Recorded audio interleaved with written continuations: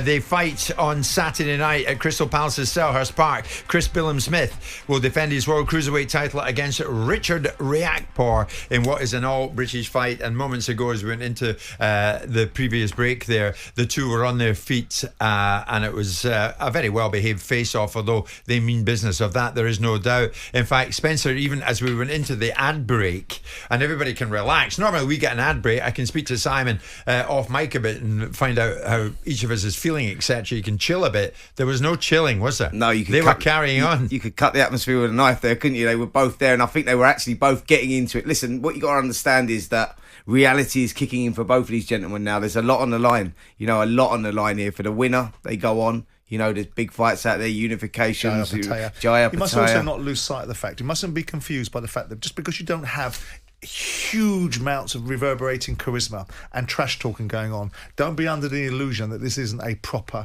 fight. That's going to be a proper battle. If Richard Riakpohre, as I tip him to, is going to win this fight, he's going to have to wrestle it away from Chris Billam-Smith. And Chris Billam-Smith goes into this fight having achieved something that Richard Riakpohre is dreaming of achieving, which is winning a world title. So you've got two very top-class boxers. Whether they can go to the Jaya Pattaya level is a different discussion, but for the here and now, this is a proper fight. Absolutely. And don't lose sight of that when you're not hearing trash talk or the jeopardy in the room that you might have heard with Jack Catterall and Josh Taylor. Yeah. I mean, you look at it and they both guys have stayed undefeated, and Chris Billam-Smith's done so well to win that world title, but you go, he's been there, done it. Like, we've seen him come through those really tough times and turn the fight around. So he's shown that he's got that championship quality. We've not really seen that with Richard, but he's going to have to prove that on Saturday night to rip that title away, and that's the difference. He's got the power, but if Chris can weather that and take him into those later rounds, and then we're going to find out more about Richard's character. I mean, it's a fantastic fight. It really is. It is. Yeah, it is. The cruiserweight division often is a division that sort of gets passed by because people are trying to get. It's like the championship in football. People are quite happy to be in it, but they want to be out in the Premier League. And the cruiserweights often want to be in the heavyweights because that's how they get paid. But you've got a superstar in Jaya Pattaya. We've got Lawrence Okolie was the world title holder. It's been handed over to Chris Billam-Smith. The baton was supposed to be Riakpohre versus Okolie. That's now Riakpohre versus Chris Billam-Smith.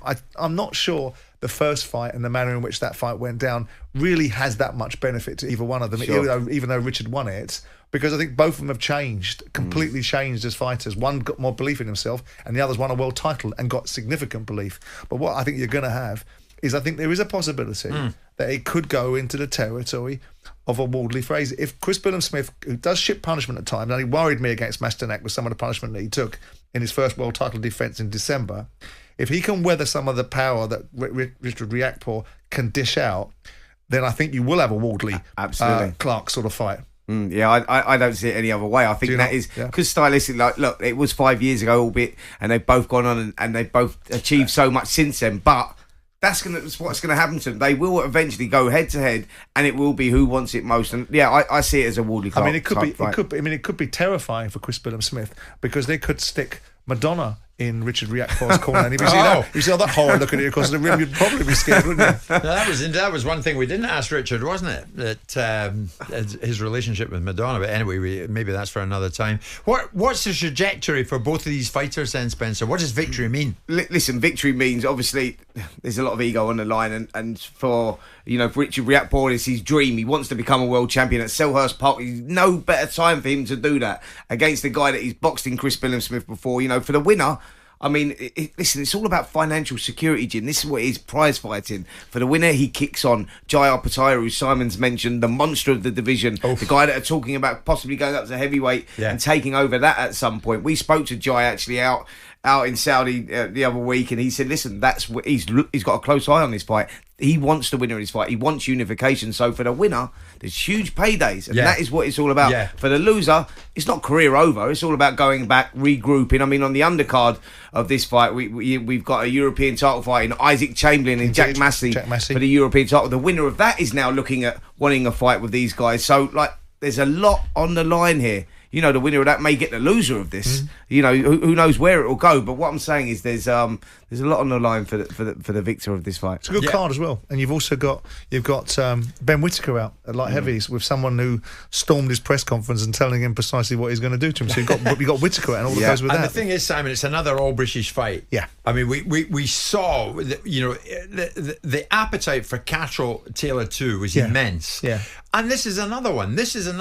Absolutely. And if we have our way, sooner rather than later, you might start seeing Boazzi versus Yard and fights like that. There's a load of them out there. There's a load of fights out there. It determines legacies. The British fights are the ones that determine the fighters' legacies. Yeah. We talked about this yesterday, didn't we? We did. Yeah. And so it means that little bit more when you're fighting and you're fighting a guy from the States or wherever he's from, Canada or wherever.